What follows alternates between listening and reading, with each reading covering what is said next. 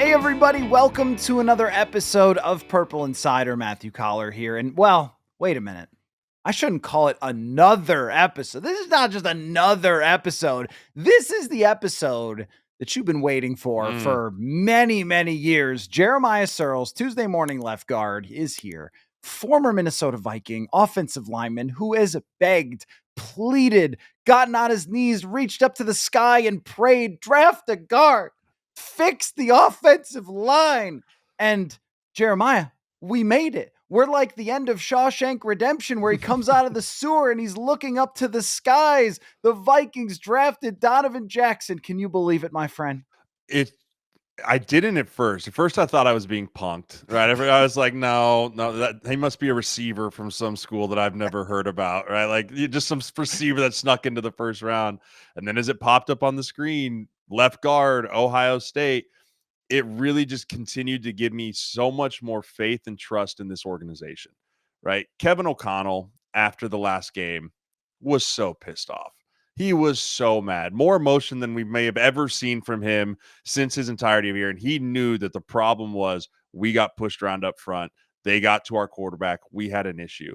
And from that moment on, him and Kwesi have had a mission, and it was fix the offensive line. We have the best receiver in the world. We've got weapons all around. We need to shore up a weak point that I have finally wrapped my brain around that has become a problem. We're going to move on from Bradbury. We're going to sign Ryan Kelly and Will Fries, and we're going to draft guy. We're going to revamp the entire interior of our offensive line, and then we're going to make a run. We're going to go for it. I love that they stayed on brand. They stayed on message. They continue to have everything going through. There was a lot of shiny toys sitting there at 24 they could have went and grabbed, and they went meat and potatoes and said, no, guy that's played a ton of Big Ten football, has some tackle flex if we need him to, plug and play starter day one. So I was investigating offensive linemen who are rookies who come in and start in their first year.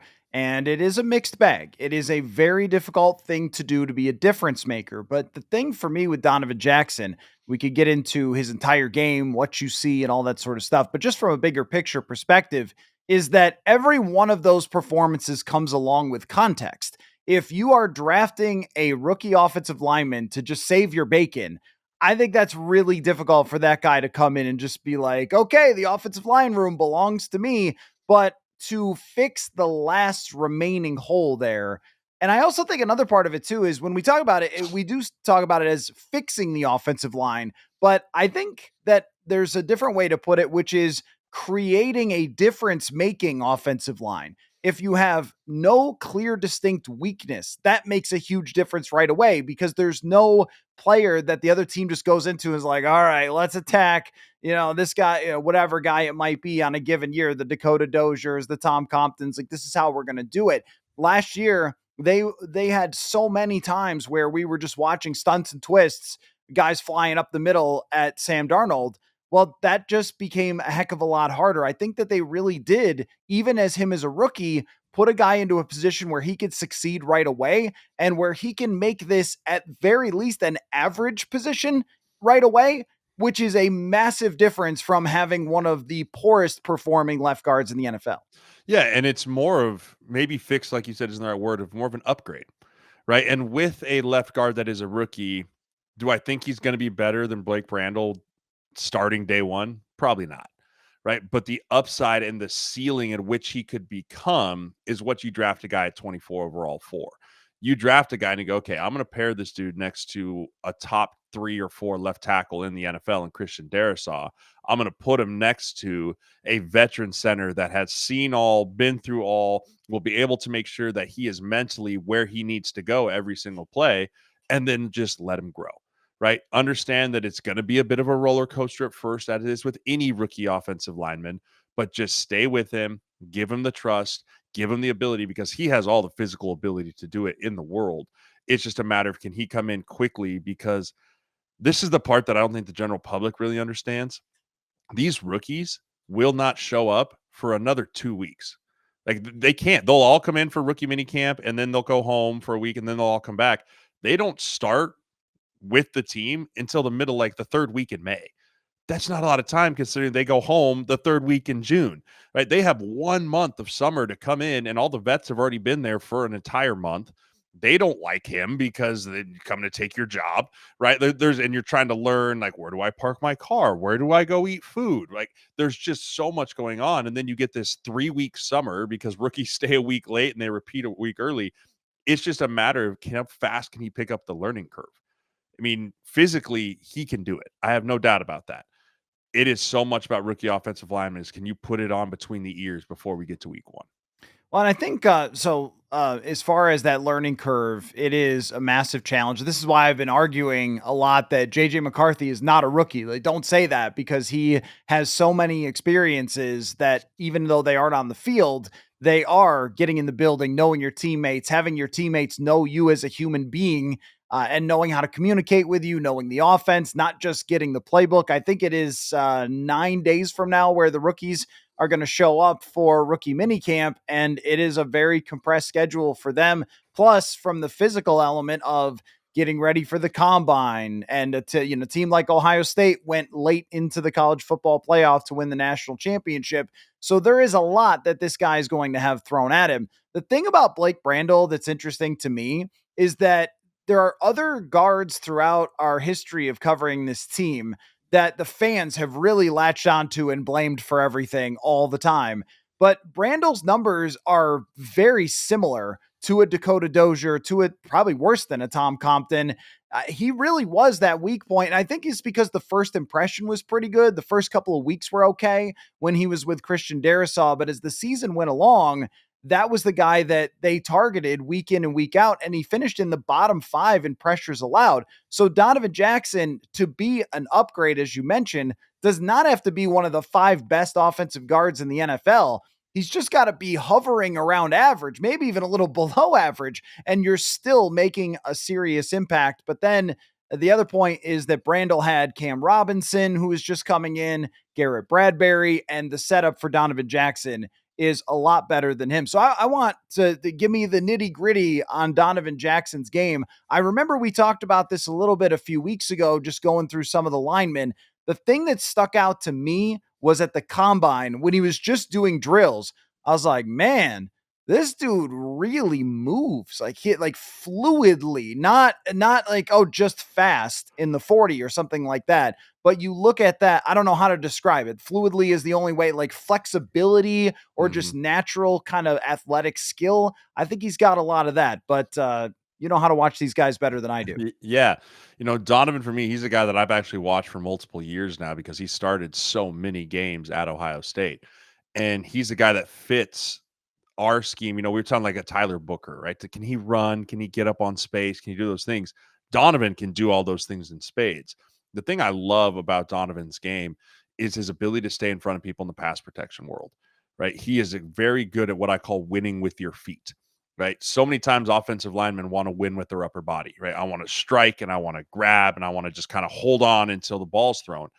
Donovan's a little bit different in that he is pretty good with his hands. That's something he's going to need to get a lot better with. But his ability to stay in front of people with his feet, understanding, hey, I'm not going to overextend and lean out here. I'm going to shuffle my feet and get back in front of him. And that goes back to what you saw at the combine of he's a fluid mover in his feet, right? He knows how to move with his ankles, his knees, and his hips, keep himself level and not overextend himself. Because anytime an offensive lineman overextends himself with their upper body, that means that their back legs are going straight, and then it's really hard to move.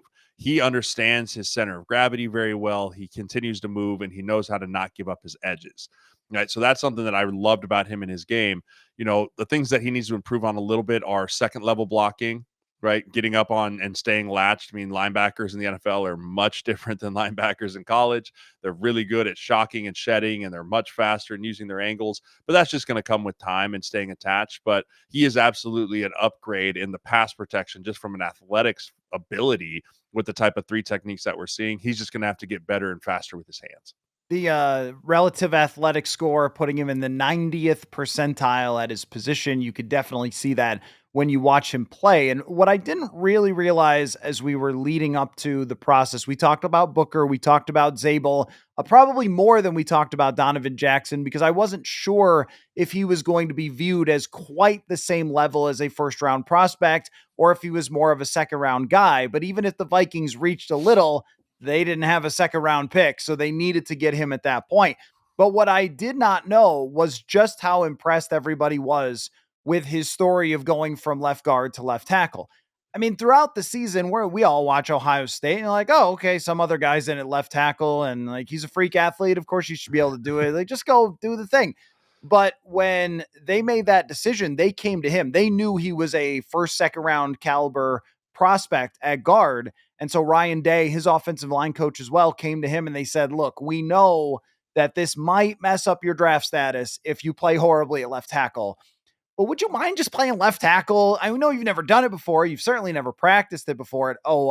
Abdul Carter is the next guy you're going to face. But could you just maybe, do the thing? And he said that he took a couple days to think about it because it's a very serious thing with your future on the line. But by the end of the season, he was top notch in pass protection in the college football playoff, playing against the best competition, and he's grading above average. I think in the whole college football playoff, he gave up one pressure in 3 games. Just explain from your perspective as a gentleman that has played all the positions on the offensive line, like how hard is that to do, and what does that mean when someone could go from left guard to left tackle when they haven't played that position really at all? Folks, I'm trying a new thing to try to stop going to fast food restaurants all the time with my busy schedule. It is called Tempo Meals. Tempo is a weekly delivery service that delivers chef crafted meals from a dietitian approved menu fresh to your door. Their perfectly portioned lunches and dinners take the guesswork out of eating. They're fully prepared. They can be heated up in the microwave in just 3 minutes. This is easy when we're on free agency watch. I've got another box just showing up the other day, and talk about easy and delicious. I got the Korean beef quesadilla, Tuscan butter shrimp, and barbecue chicken. All of them were easy, super quick to make, and not all of them have to be chicken and beef. They've got tons of different options for you. For a limited time, Tempo is offering my listeners 60% off your first box. Go to tempomeals.com/purple insider. That is tempomeals.com/purple insider. 60% off your first box. Tempomeals.com/purple insider. Rules and restrictions apply. Yeah, hearing that story and watching it unfold in real time, I always get nervous when I watch guys do that. A guy that comes to mind is Isaiah Adams out of Illinois a couple of years ago. He was a right guard. They moved him out to tackle. Did not go well. I think he actually fell probably a round compared to what he should have got drafted to the Cardinals in 2 years ago. And so when I watched Donovan Bop out there, I kind of had that PTSD feeling. I'm like, oh, I really hope this guy didn't screw himself. But what you saw with him is he got better and better each week at left tackle. Right. And to switch that position, not during spring ball, not during training camp, where it's like, hey, we'll sprinkle you in there for a few. I mean, that was true. Throw you in the room, light the thing on fire, and say, you'll get out or you'll die. Right. It's one of the two things that are going to happen. And I think why he rose to that first round is because you saw the improvement in his game week in and week out after he moved out there, which tells the NFL his best football is still out in front of him. Right. And if you can draft a guy that goes, man, he was a first rounder, second rounder caliber at left guard. He bumped out to left tackle, probably could have been a day 2 pick at left tackle if we wanted him to. That's the type of guy that has first round talent. That's how you move yourself up into the first round because you show that the needle is pointed straight up with your production and your growth. Why wouldn't we want to bring a guy in here? But it's an incredibly hard thing to do from a timings perspective, from a space perspective, right? A guard, you're used to playing in a porta potty. I think someone put that in for not a phone booth anymore, right? You're just playing in a porta potty, everything's close. All of a sudden, you got to tackle and you've got space, and you're dealing with the edge guys like Abdul Carter, and you're like, okay, timing. He's 5 yards away from me at the snap of the ball. He's not right here. All that just throws a wrench in, but it goes back to my original point. He learns how to win with his feet. And if you can win with your feet, you can play at any position on the offensive line because as soon as they do get within that striking distance, it's just like playing guard. It's just like playing center or tackle.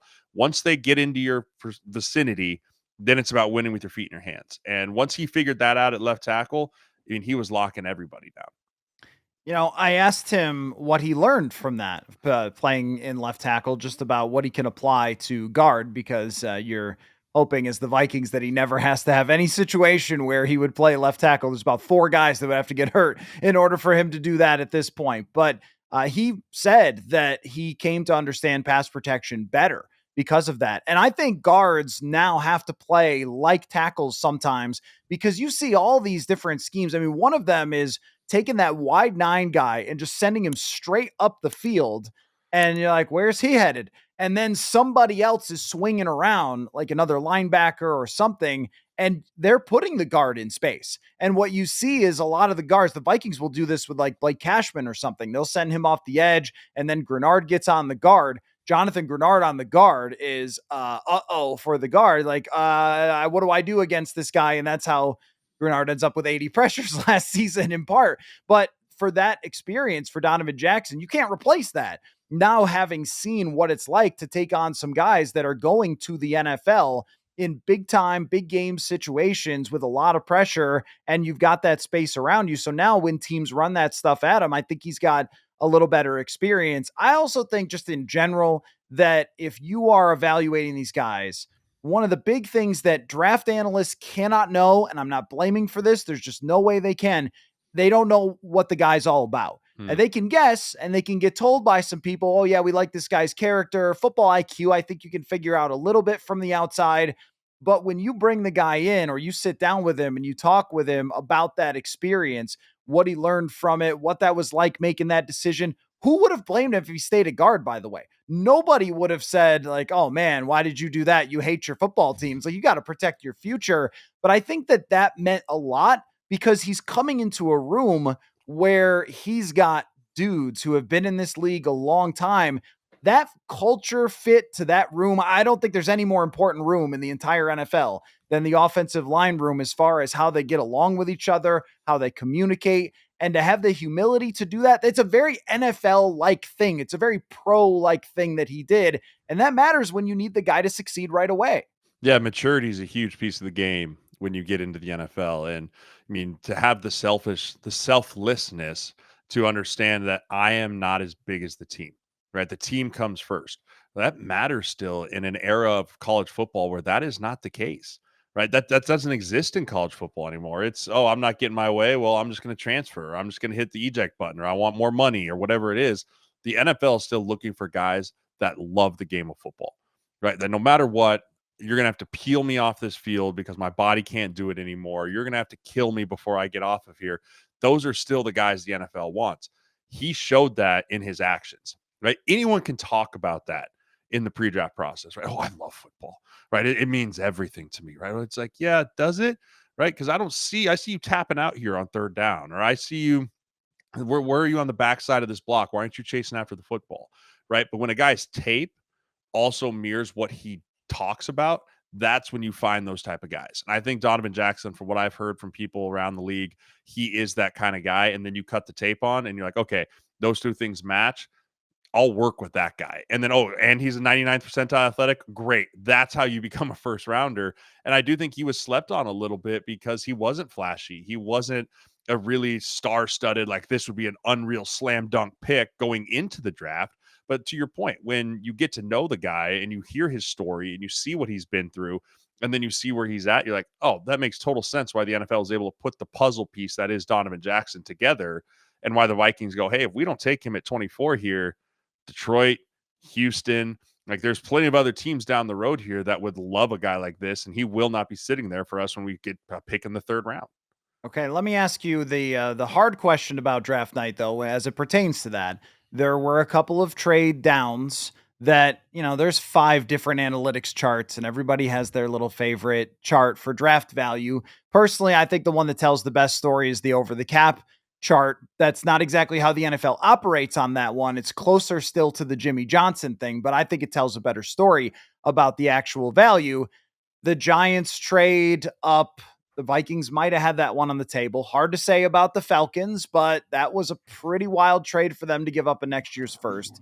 And then Tate Ratledge goes, I think, 57. Mm-hmm. So had they taken the crazy trade, which was the move back for the Rams to 46, and taken Tate Ratledge and got a next year's first. Now, I think they would have had to give up 97. So that would probably have been really tough for them.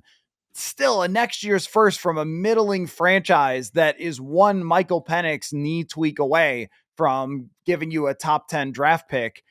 That's pretty hard to turn down. Even the Giants deal of moving back 10 spots, and you could probably move back again and still get Ratledge. Is the gap big enough? Because that was the next guard taken, and I don't think there was another one for a little while. Is the gap big enough to make the move back, or was it the right thing to take their guy at 24? I think it was the right thing to take their guy at 24 because they had put themselves in a position through good drafting, bad drafting, however you want to say it. However, they built this team leading up to the draft through free agency, through rookies, through whatever it is. They had them find themselves in a position of we don't need that many pieces right now, right? And we're trying to win right now. Let's just stick and pick our guy because that's the position that we need. Because if we don't and we've moved back and all of a sudden our three guards get taken off the board, we're going to be pissed. And yes, is the first round next year going to be great? But then what do we do? Are we signing Dalton Reisner off the couch again? Are we looking and hoping that a veteran gets cut at the end because he's a cap casualty and we want to bring him in? Or you find yourself with more questions than answers at that point versus the safe thing of stick and pick, get our guy, solidified probably the one or two holes on the roster that are glaring, and let's move forward with the rest of the draft. I like that because it showed conviction and resolution in their plan that they've had since they lost to the Rams, and they didn't falter, didn't waver, stuck with it and go. And as much as the future would look to be great, I love what they did for the 2025 Minnesota Vikings. One thing Kwesi adofo-mensah talks about sometimes is that he can only look 2 years ahead in the future. And so when people talk about these bigger picture draft plans, if you were doing it in a theoretical world where you're looking at a 5 year type of plan, it's better to get that first round pick from the Falcons next year. And it does matter. It's the Falcons. They're just, when is the last time they've been great? And I like Penix a lot, and I think they could be really good in that division, but it's the Falcons. And so you're taking a chance, you're passing up on potentially, we don't know they got this offer, but you're passing up potentially on a pick for the future that could be really amazing for you. At the same time, these things are not done in a vacuum. They are done in the context of an actual football team. Sometimes I get nervous when it comes to drafting for need. The Garrett Bradbury pick and the Irv Smith pick, rather than taking like AJ Brown, kind of pops into my head. At the same time, they have done so much here to be in this position that they really do need this guy. And the fact that he is a fit for them culture wise, somebody who, when you talk to him, is a really good communicator, mature. He talks a lot about his parents and how he was raised and all those things. And like that matters to a team that rests on its culture a lot as well. So this goes beyond just, hey, it's a guard, it's a little name on drafthistory.com. Like there's a context that is behind this pick. So I completely understand it, even as an analytics enjoyer that would have said, yeah, usually we're looking at the bigger picture, but sometimes in the NBA, you need a mid range jumper to win a game. And even though threes are better, you need to make that play in that moment. I think that that's the way that they looked at this. So then the question is, Jeremiah, how good is the Minnesota Vikings offensive line? Hmm. I mean, I want to give them top 10 potential. Like I do. I want to give them top 10 potential, but so much of that for me is weighing on how healthy is Darisaw coming into the season. How healthy can Ryan Kelly stay throughout the season? And then what is Donovan Jackson? Right? Because as always, and anyone who listens to the show knows, he's in the blue meter. He's in the baby blue meter for me right now. I think he was a fantastic college football player. I think he has the potential to be a fantastic NFL player. I don't give a crap. I will know once you get on the field, and we'll measure the meter throughout the year like we did with Justin Jefferson. I think that on paper, it looks so much better than it was last year, right? It just looks so much better with the people they brought in. But also, Will Fries is coming off a 5-game season, right? He's coming off a fractured leg. He's coming in off injury. O'Neal was beat up last year, right? So while everything looks great, so much of what's going to make this offensive line be a top 10 offensive line next year, potential top 5, is the depth they build behind it. Because I would be hard pressed, and I'm knocking on wood here, trust me, to say that all 5 starters that walk out there on week 1 are the same all 5 starters that you end the season with. It just rarely happens in this league. So they need to continue to train and build and push that depth because these starters, some of them are old. They're a little long in the tooth, and football's a very tough game and a very violent game. But I think if you could tell me right now that it would be Darisaw, Donovan Jackson, Ryan Kelly, Will Fries, Brian O'Neill, if they can stay healthy, you're looking at a top 5 to 7 offensive line. This is where they have something very different. I don't even know if I know how to say the word on the offensive line. Depth. Depth, Is that how it's depth. pronounced? Because I Yes. haven't said it about the offensive line maybe ever since I've covered this team. But when you look at the group of backups, and there's no team that ever plays 100% of the entire season with 5 offensive linemen all locked in. That just doesn't happen. I think last year there were maybe 3 teams that even had 75% of the Mhm. snaps or something like that. So you're just counting on the fact that you're going to need someone else. But they made some subtle moves on this roster that we haven't really seen since something like 2017 because the cap space was so limited that they couldn't make these good depth moves. But a Justin Skol, who is just a guy, and it's not like and NFL fans around the world were celebrating his signing with the Minnesota Vikings. But if he has to play the first 3 games of the season before Darisaw is ready to go, he played last year for the Bucks, and he was okay for them. Those players matter a lot. And now with Blake Brandel, I've given him a hard time, and they did replace him. But this is a guy who has now played a lot of NFL football that can step in, or even if Donovan Jackson is not ready, I'm assuming he is, but if he's not, then you can start Blake Brandel for the first 4 weeks of the season. And it's not like your offensive line is going to crumble. They've developed 2 players that I think are interesting to them. Michael Jurgens, who was active over Dan Feeney last year. That says something. A 7th round Mhm. rookie who is active on game day. Again, it's like what they do, not just what they say. That matters. And then Walter Rouse is somebody that we've talked about as well, who is developing. So I do think for the first time they have a group there, but there are question marks for pretty much every guy across the line. I think the most important is Ryan Kelly and his health. Because if he's in there, I think he can help Donovan Jackson a lot. Mhm. I mean, he's going to be teaching out there with the quarterback and, young guy next to him, but that's why you brought him here.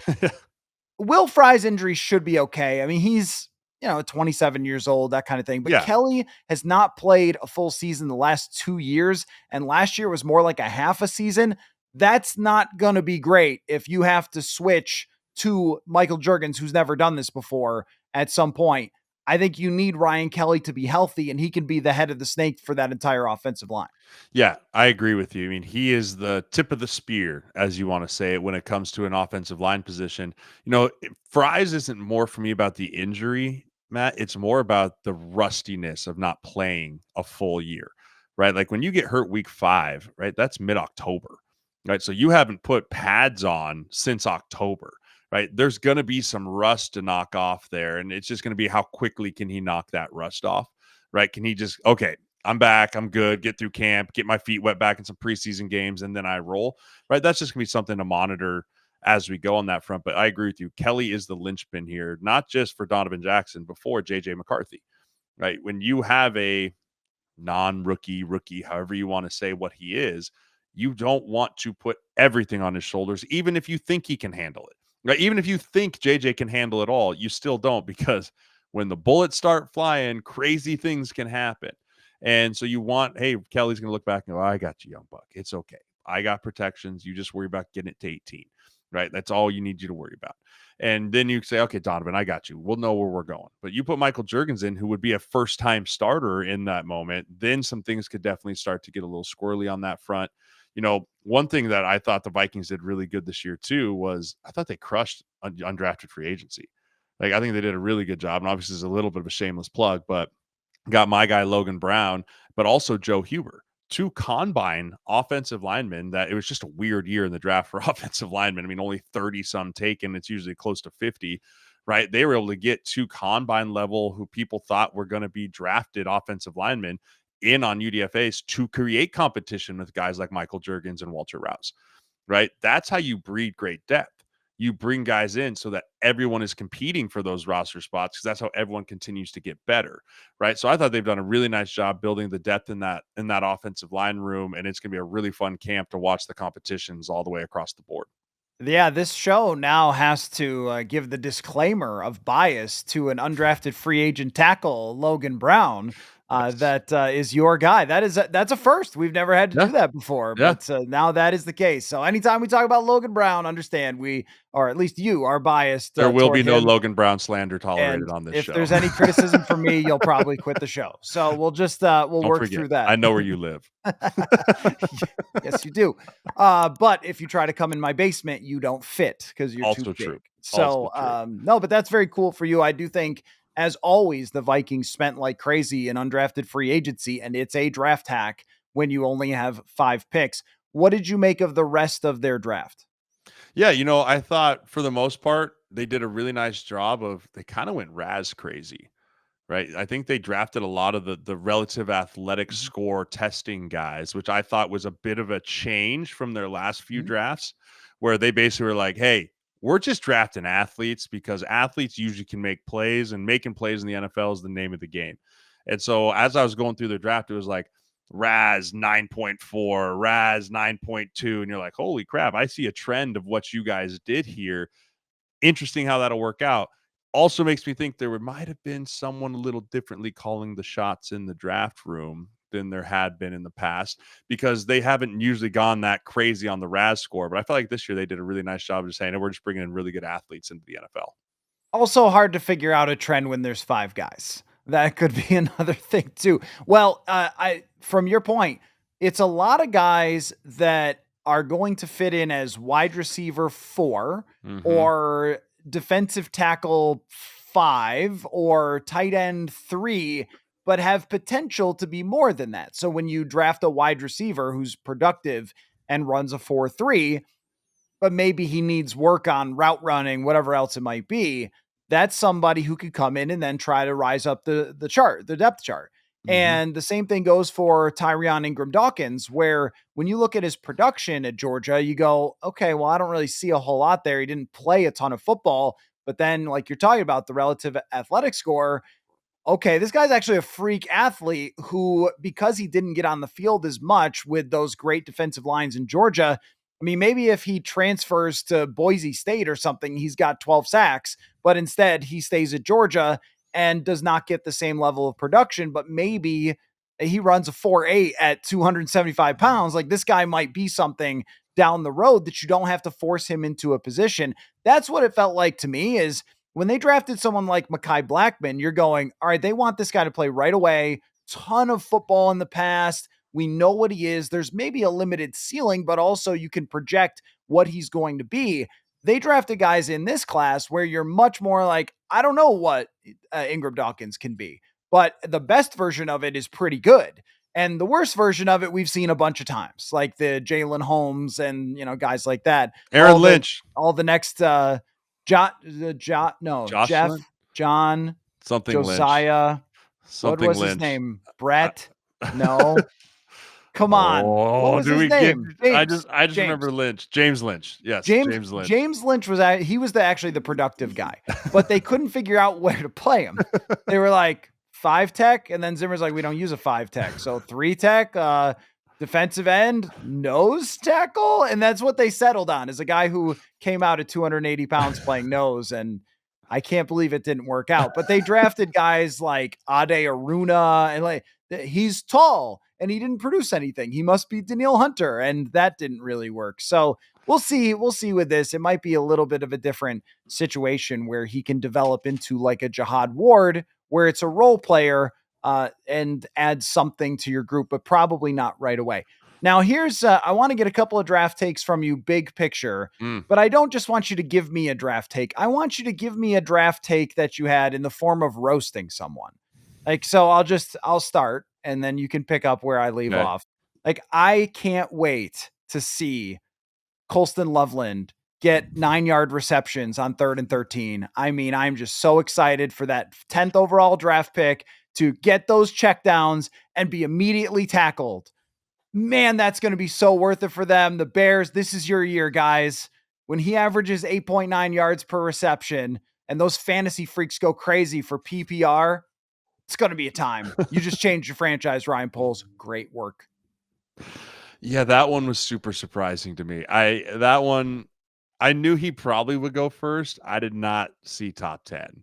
Like I just didn't see that for him from a production level. And I guess it's hard because you watched Michigan's offense last year and you're like, this makes me want to like hate football. Like I don't want to watch this anymore. Yeah. Right. And then you'd always see like, oh, well, there he is thrown to Loveland again because no one else could do anything. So the production's there. I think that was a bit of a stretch on that front there. I mean, I'm going to take the easy pickings here and go Cleveland Browns, my brothers. Why are we drafting Dylan Gabriel and then Shadur Sanders? Like, not even that you waited till the 6th to take Shadur or the 5th or whenever it was. Why are we taking the bobblehead midget? I don't understand. I stood next to this dude at the Senior Bowl, and he looks like my 5-year-old toddler running around out there with the helmet. Dude, he is so small, Matthew. He is the tiniest person I've ever been around in my life. I don't know how he throws the ball over the offensive lineman. I don't understand it at all. Like when he stood up in the draft room, then everyone got taller than him as everyone else stood up. Like he is a itty bitty little guy. I don't understand that. And then to just double down and be like, oh, yeah, I guess we'll take a flyer on Shadur Sanders as well. I mean, I'm saying, what are we doing? And then I have to remind myself, like, Browns are going to brown. Browns are going to brown. It's just what they do. It's just how things work. I couldn't for the life of me understand why they did that. Beyond even draft, because there's some sort of world where you would just say, like quarterbacks, just take them. I'm not in that camp because they No. usually don't succeed unless it's a first rounder. Love them or don't. Love them or play Ryan Fitzpatrick as your quarterback. Those are the options here, usually. There have been very few success stories past the second round in the NFL recently, especially. Tom Brady, though, we found out on the broadcast about 700 times had been a late round pick, which I didn't know. And I was No. so shocked to find, I was Yeah. like, wait, that champion guy, he was a late round pick? No. No, I can't. I don't believe it. I don't believe it. I got really exhausted of that. The funny thing about the Browns, though, to me, so 2 quarterbacks, all right, some theoretical analytical world, maybe it's worth it. But 2 running backs and a tight end, huh? Again, with the drafting of tight ends, the Vikings did it right. This guy, Gavin Bartholomew, I watched a little bit of him and I'm like, oh, good athlete, could develop into the same guy Colston Loveland will be. And they take the player from Bowling Green, Fannin, I think, and he catches a lot of footballs at Bowling Green, and that's wonderful for him. But what's the impact of that? There were tons of wide receivers on the board. They didn't take linemen. Offensive line, like their offensive line has degraded over the last few years. They didn't take edge players. They didn't take corners. You're like, you guys need everything. You have nothing on that roster, and you're taking 2 running backs. Okay, man. Okay, good for you. And even a linebacker. I like that guy, but still, I don't really understand it. The other one that I want to roast, I brought up on the show a couple times, is San Francisco. Yeah, there are a few nose tackles are upstairs and they're expecting to be drafted by the 49ers. What taking multiple nose tackles? Jonathan Bullard came in last year to the Minnesota Vikings as a $4 million player ish, somewhere in that ballpark, and hadn't really played a lot of snaps in his career and was really good against the run. There's a lot of guys who could be good against the run. You know what? There's not a lot of guys that could sack the quarterback. And San Francisco's like, I think we need more CJ West. And again, a good prospect if you want to stop the run, but also getting Collins from Texas.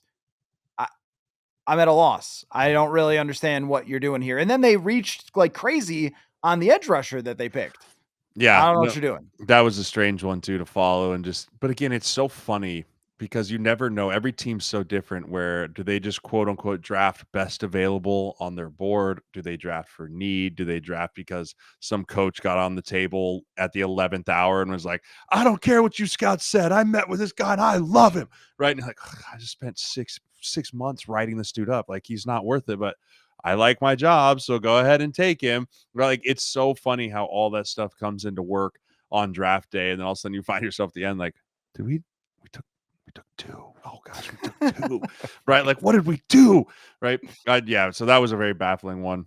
One of my favorite draft moments from this year was when Reese Davis and Mel Kiper almost came to blows on the set because Mel is having an absolute conniption fit. And Reese is like, I don't know what you're talking about. Like, I was crying laughing watching that because he's like, I'm not disagreeing with you. He's like, the NFL hasn't been able to look at quarterbacks in the last 50 years. It's like, you're the same one that told me that you would basically jump off a bridge if Jimmy Clausen didn't succeed in the NFL. So I don't want to hear this from you, Mel. I can't do this with you anymore. I was beside myself watching the coverage, and I don't put a whole lot of effort into analyzing other media people. It's not worth it. What's the point? I worry about who's playing actual football. But this was, from a broadcasting perspective, some of the craziest stuff I've ever seen on TV. There are dozens of players getting drafted, Yes. and it's the best moment of their life. And you could just imagine them being like, let's go back and watch what they said about you on ESPN. And it's like, yeah, they drafted some fat guy, but Shadur Sanders. And it was just like, what is wrong with you guys? Calm down. And then it became a life of its own Mhm. where people are making up conspiracies and all sorts of other, well, they're trying to prove a point about NIL. Guys, Donovan Jackson has NIL. Yeah. Like, you look at his Instagram and he's like, I get meats from this place or something. You're like, every one of these guys has that. What are you talking about? Mhm. And the explanation is so straightforward and simple. But I think what you saw was some people kind of showed their rear end a little bit about themselves as having the ability to analyze actual talent, because some of the best tape analysts were like, I don't really see it as a first round pick.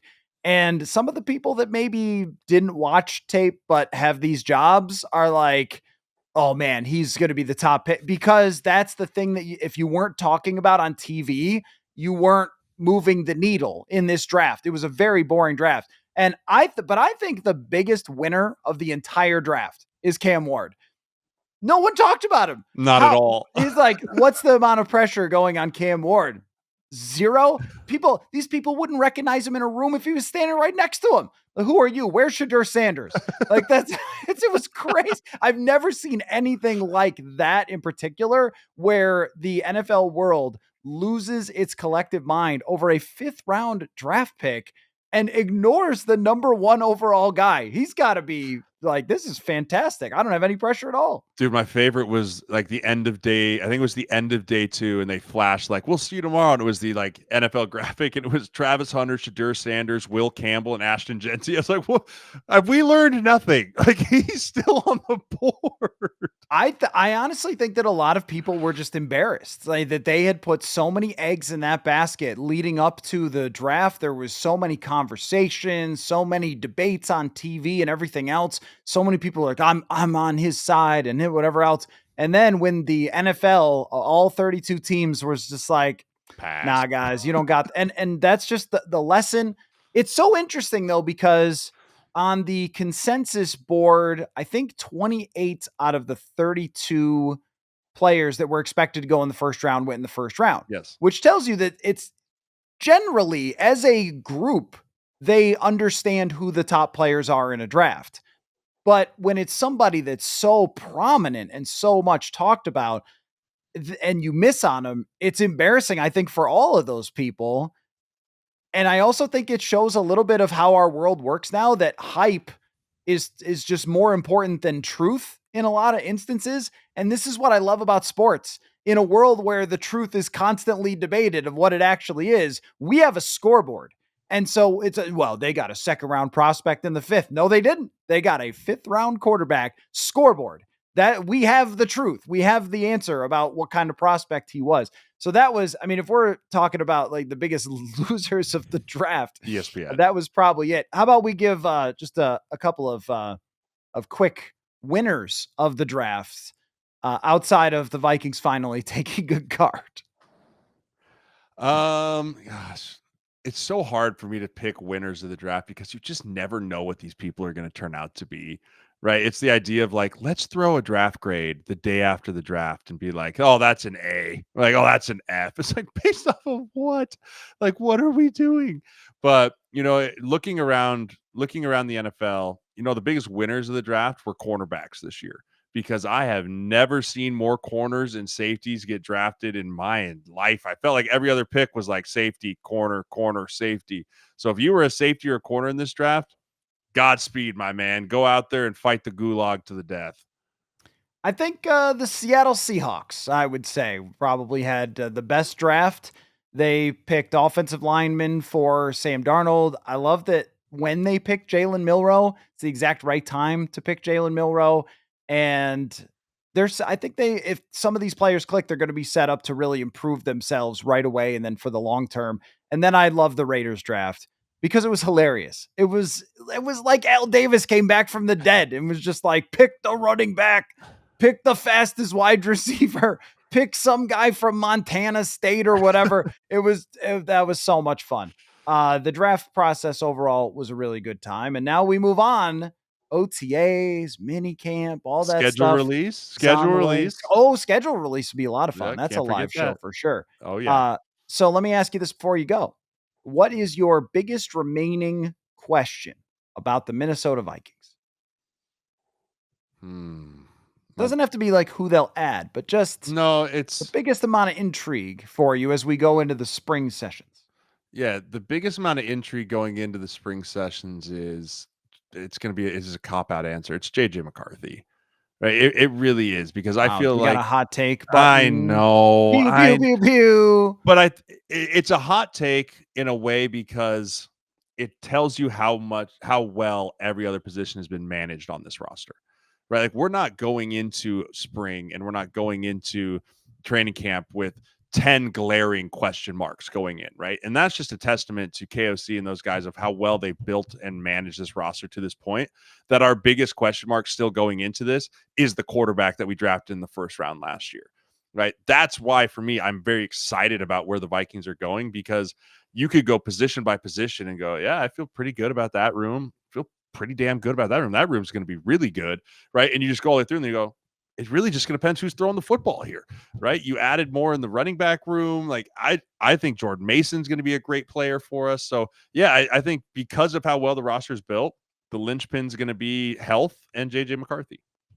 Well, I cannot wait to follow it along, and hopefully we see you out at a practice as a agent/legend. I think doesn't everyone qualify as a legend? Yes, Like if we're you all legends. played, We're all you're all legends. legends. Yes, we're all legends in our own mind too. And Chris Carter will walk by. Oh, look over there! It's Alan Page talking with Carl Eller and Jeremiah Sirles, the Mhm. legends of the Minnesota Vikings. Well, but hopefully we get a chance to podcast after you have a look at Donovan Jackson and the next great lineman in Vikings history, the next legend, Logan Brown. Absolutely. We'll see how that goes, but we will definitely talk very soon, Jeremiah. Thank you for your time. Always football. Football.